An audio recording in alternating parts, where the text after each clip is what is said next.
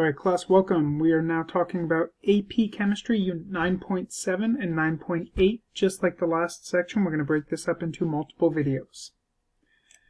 So 9.7, we start to talk about electrochemistry and some energy cells that we can use because of chemistry. So first, we're going to start off with some definitions. First, an electrochemical cell.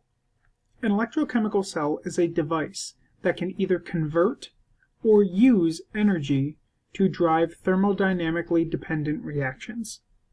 So there's going to be two different types of electrochemical cells. There's going to be cells that produce energy, and that's going to be electricity in the form of a voltage. And then there's going to be reactions that require energy, and again in the form of a voltage. The ones that produce are going to be your thermodynamically favored ones. The ones that require additional energy are going to be your unfavorable chemical cells. So the first type is a voltaic or a galvanic cell. Those two names are interchangeable, and they represent a chemical cell that contains thermodynamically favorable redox reactions. And this redox reaction is going to convert the energy chemical energy into electrical energy. The second type is an electrolytic cell. This is a chemical cell that consumes electrical energy to drive a thermodynamically unfavorable reaction. So the voltaic or the galvanic is going to be a reaction that would occur spontaneously or without the help of outside assistance. And the electrolytic is going to need some outside source of electrical energy to help drive that unfavorable reaction. Let's take a look at these two. First, we're going to look at the similarities between them. The first thing, they're both driven by redox reactions. Now, redox reactions we talked about a while ago, so let's get a fresh recap on these. Redox is when you have the exchange of electrons, and these electrons are going to move from one species to another. When you have those moving electrons, we call that electricity. When you're gaining electrons, you are being reduced and therefore undergoing reduction. The charge will go from a more positive to a less positive or to a more negative charge because of the addition of negative electrons. When you lose electrons, you undergo oxidation. Oxidation would result in a charge increasing in its value, perhaps going from 0 to positive 1. The amount of electrons gained by the reduction must be equal to the electrons lost during the oxidation. So we're still looking at the law of conservation in terms of the electron flow from one substance to another. The substance that is losing electrons is being oxidized. The one that is gaining electrons is being reduced. Now, both cells also contain an anode and a cathode. These two terms are going to be vitally important for your understanding. These are going to be the two electrodes in a chemical cell. Think like the positive and negative end of a AA battery. One of them is the cathode and the other is the anode. Reduction occurs at the cathode. So one thing we can use in chemistry, we have this mnemonic, REDCAT.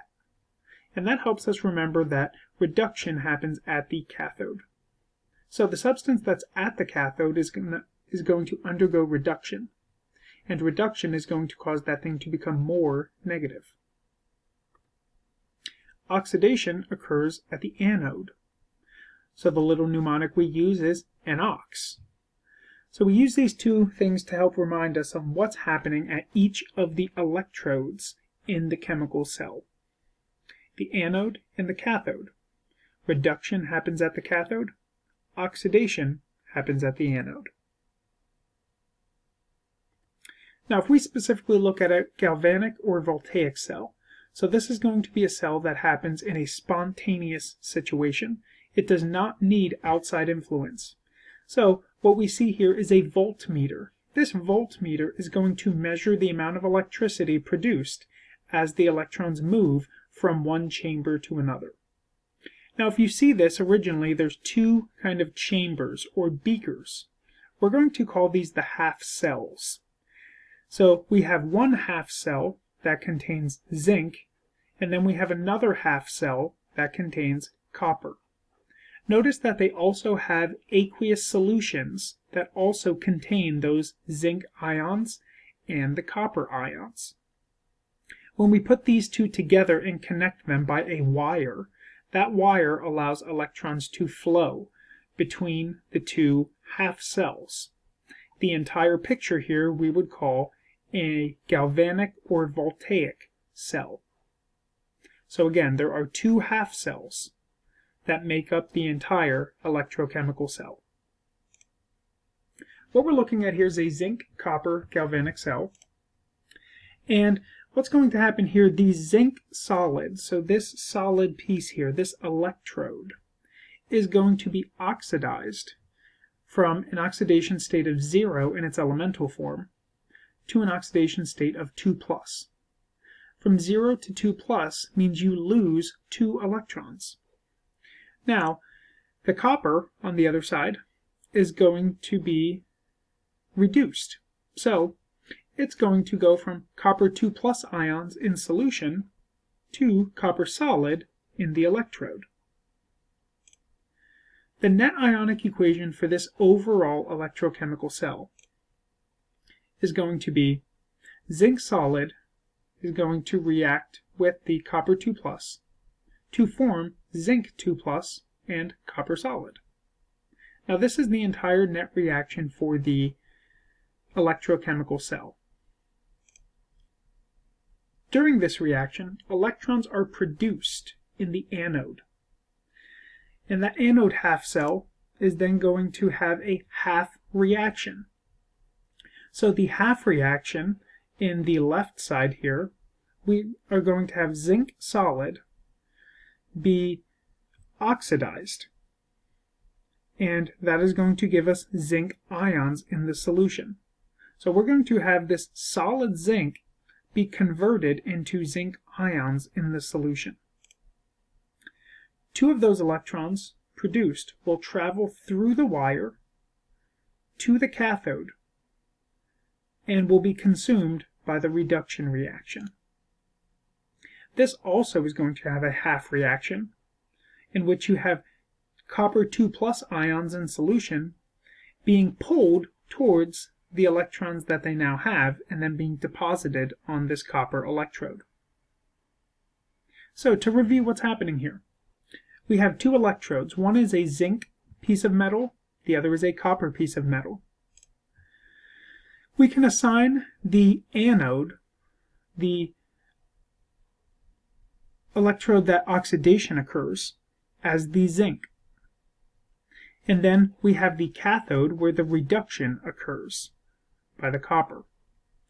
The zinc solid is going to lose 2 electrons, and those electrons are going to flow from the anode to the cathode. That's going to create an electrical current or voltage that we can then read. As the electrons move from the anode to the cathode, then the cathode is going to be reduced, or the copper will be reduced. So let's take a look at this as half cells. So here's the anode view. So in the anode, we said that we have oxidation occurring. Remember, N-ox. So oxidation is occurring, so we're going to be having the electrons travel through the wire, which is going to cause zinc solid to then go into zinc solution.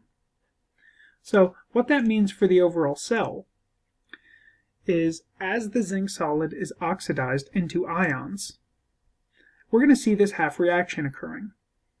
And ultimately, if we let this reaction run over time, we're going to see that the zinc solid is being converted into ions, which means that over time, the mass of the electrode, specifically the anode in this case, will decrease. So this solid piece of zinc is going to slowly turn into ions and therefore decrease in mass. If we look at the other side, so this would be our cathode view, we're going to see that the cathode is going to undergo reduction. Remember, red cat. And therefore, we're going to see that the copper 2+ ions are being reduced into copper solid. That copper solid is then going to have a half reaction, where we see that the copper 2+ ions are being converted to the solid, and therefore the mass of this electrode will increase over time. Now if we look at the overall image, we have this structure in the middle. This is called a salt bridge. This salt bridge is going to allow this reaction to occur in the first place. So the salt bridge is a structure that is connecting the anode and cathode to allow ions to flow, to maintain charge balance. So as electrons leave the anode during oxidation, the left half cell is left with an unbalanced charge. Therefore, we need to balance that charge in the solution. What happens is the salt bridge allows the anions to flow to the anode to replace and balance the lost charge due to the reduction. As electrons enter the cathode, negative charge builds up. So this image on the right here is going to get increasingly more negative. So to balance that, the salt bridge is going to allow cations to flow to balance out that additional negative charge. A very important aspect of the salt bridge is that it must be inert ions, or it must not contain any ions that are already in the reaction. The second type of electrochemical cell is an electrolytic cell. Now here's a diagram of an electrolytic cell. The very first thing you should recognize is that it's in a single chamber cell. So you can see that the electrolyte solution is touching both the cathode and the anode. Now remember, electrolytic is going to have unfavorable reactions, so therefore we need an energy source here, something like a battery.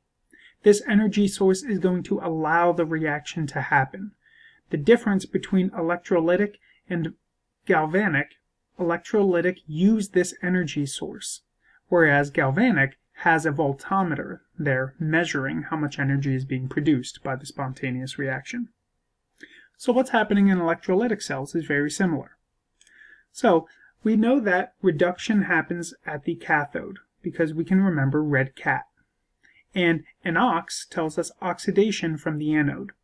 So during this electrochemical cell, we are going to see the electrons flow in the same direction from the anode to the cathode, because the cathode is going to be reduced by those electrons being produced by the anode. Now we do not have a salt bridge because the electrolyte solution is touching both. So during this electron flow, we're going to have a difference in charge being produced. That difference in charge is going to be balanced by anions and cations in the electrolyte solution. So the anions are going to flow towards the anode to cancel out the positive charge that's being produced during the oxidation, and the cathode is going to be balanced out by the cations. Remember, reduction is happening at the cathode, so therefore the cathode is going to build up some negative charge. We're going to use the positive ions in the solution to kind of balance out that charge. And those are the differences. What I would like you to do next is to hop onto AP Classroom and check out AP Daily Video 9.7, Video 2. That's going to supply you with a couple practice problems, some AP style practice problems for differentiating between galvanic and electrolytic chemical cells.